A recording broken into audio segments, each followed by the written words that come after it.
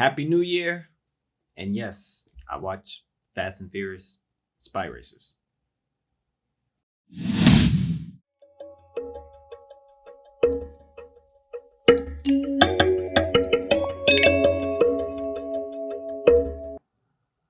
Hello, welcome to Just My Thoughts. I'm your host, Khaleel Ward, and welcome to 2020.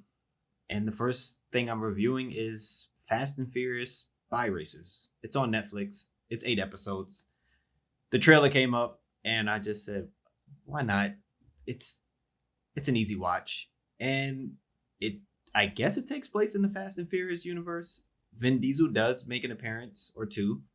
The main character is Tony Toretto. He's Dom's cousin, and it's hard to tell how old these kids are. They look really young, and one kid says he's not old enough to drive, but nonetheless, these kids are driving street cars and they in the street racing, and Tony is rocking the Toretto name because he wants to be like his cousin, and then all of a sudden they get recruited to be spy racers. They get recruited by Miss Nowhere, and it's a play on Kurt Russell's character in the series, Mr. Nobody, and Dom can't be in the group because he's too famous, I guess. So they get Tony and his crew, and Tony's crew consists of Echo, who's the mechanic. She's strong-headed. She's kind of like Letty.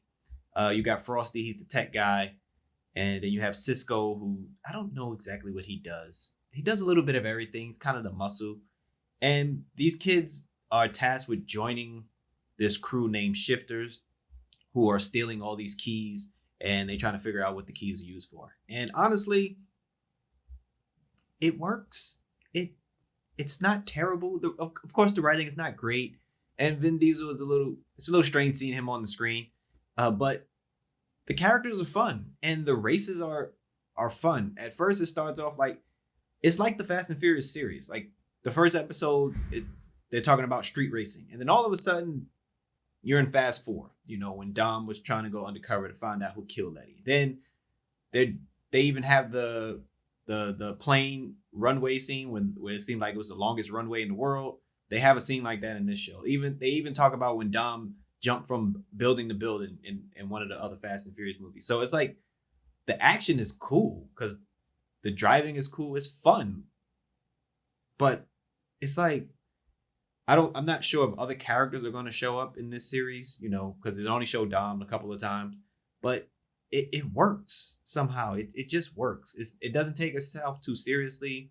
Again, the characters are fun. The villain is this, I guess, 17, 18-year-old kid who's stealing all this stuff with his own crew, and he wants to plot revenge on someone who killed his parents. Basically, that's the gist of it. That's the end game for this villain. And of course, he has a driver. He has a tech person.